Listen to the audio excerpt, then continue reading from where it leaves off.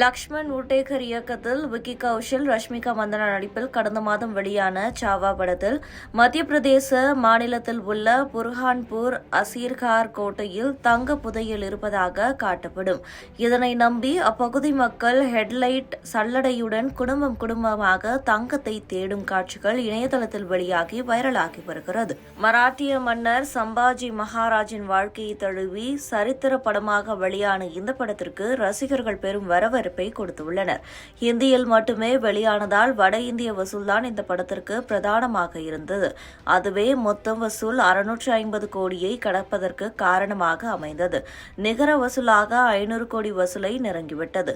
சுமார் 150 கோடி பட்ஜெட்டில் தயாரான இந்த படம் இவ்வளவு வசூலை குவித்து பெரிய லாபத்தை கொடுத்துள்ளது. 2025ஆம் ஆண்டின் முதல் 500 கோடி வசூலை கடந்த படமாக இந்த படம் அமைந்துள்ளது. கடந்த ஆண்டு வெளியான ஹிந்தி படங்களில் ஸ்திரீ 2 படம் 800 கோடிக்கும் அதிகமான வசூலை கடந்து முதலிடத்தை பிடித்தது.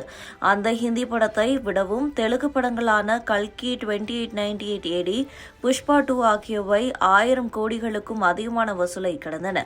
ஸ்திரீ 2 படத்தின் வசூலை சாவா முறியடிக்குமா என்பதை பொறுத்திருந்துதான் பார்க்க வேண்டும். இந்த நிலையில்தான் படத்தில் காட்டப்படும் ஒரு காட்சியை நம்பி மத்திய பிரதேசத்தில் உள்ள மக்கள் அந்த கோட்டைக்கு சென்று தங்கத்தை சல்லடை போட்டு தேடி வருகின்றனர். அந்த காட்சி தற்போது வெளியாகி வைரலாகி வருகிறது.